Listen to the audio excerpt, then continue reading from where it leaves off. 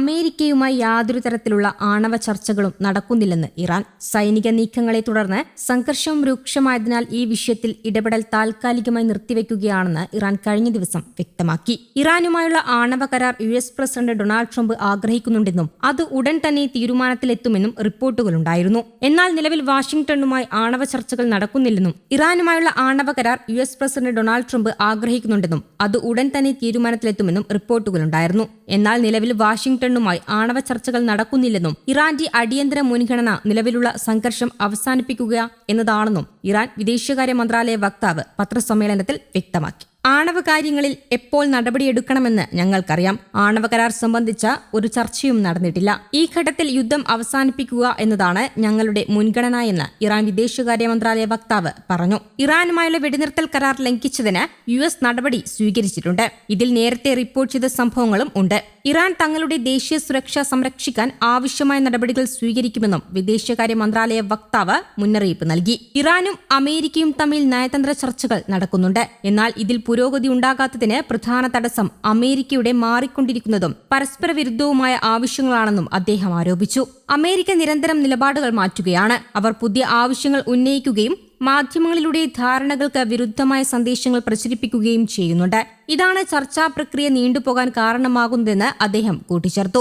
ഓരോ തവണയും അമേരിക്കയുടെ നിലപാടുകളിലെ വൈരുദ്ധ്യം കാരണം അന്തിമ തീരുമാനത്തിലെത്താൻ കഴിയാതെ ചർച്ചകൾ അവസാനിക്കുകയാണ്. കടുത്ത സംശയത്തിന്റെയും അവിശ്വാസത്തിന്റെയും അന്തരീക്ഷത്തിലാണ് നിലവിൽ സന്ദേശങ്ങളുടെ കൈമാറ്റം പോലും നടക്കുന്നതെന്ന് അദ്ദേഹം പറഞ്ഞു. അതേസമയം ഇറാനുമായുള്ള ധാരണാപത്രത്തിൽ വീണ്ടും ഭേദഗതികൾ നിർദ്ദേശിച്ച് US പ്രസിഡന്റ് ഡൊണാൾഡ് ട്രംപ് രംഗത്ത് വന്നിരിക്കുകയാണ്. ഇറാന് പ്രയോജനപ്പെടുന്ന രീതിയിൽ ഫണ്ടുകൾ വിട്ടു നൽകാൻ കഴിയില്ലെന്ന് പാകിസ്ഥാൻ മുഖേന ഇറാന് കൈമാറിയ ഭേദഗതിയിൽ ട്രംപ് വ്യക്തമാക്കിയിരുന്നു. ഇറാനുമായി അമേരിക്ക നല്ലൊരു കരാറിന് അരികെയെന്ന് ആവർത്തിക്കുമ്പോൾ കരാർ അമേരിക്കയ്ക്ക് ഗുണകരമല്ലെങ്കിൽ യുദ്ധം പുനരാരംഭിക്കുമെന്നും മുന്നറിയിപ്പുണ്ട്.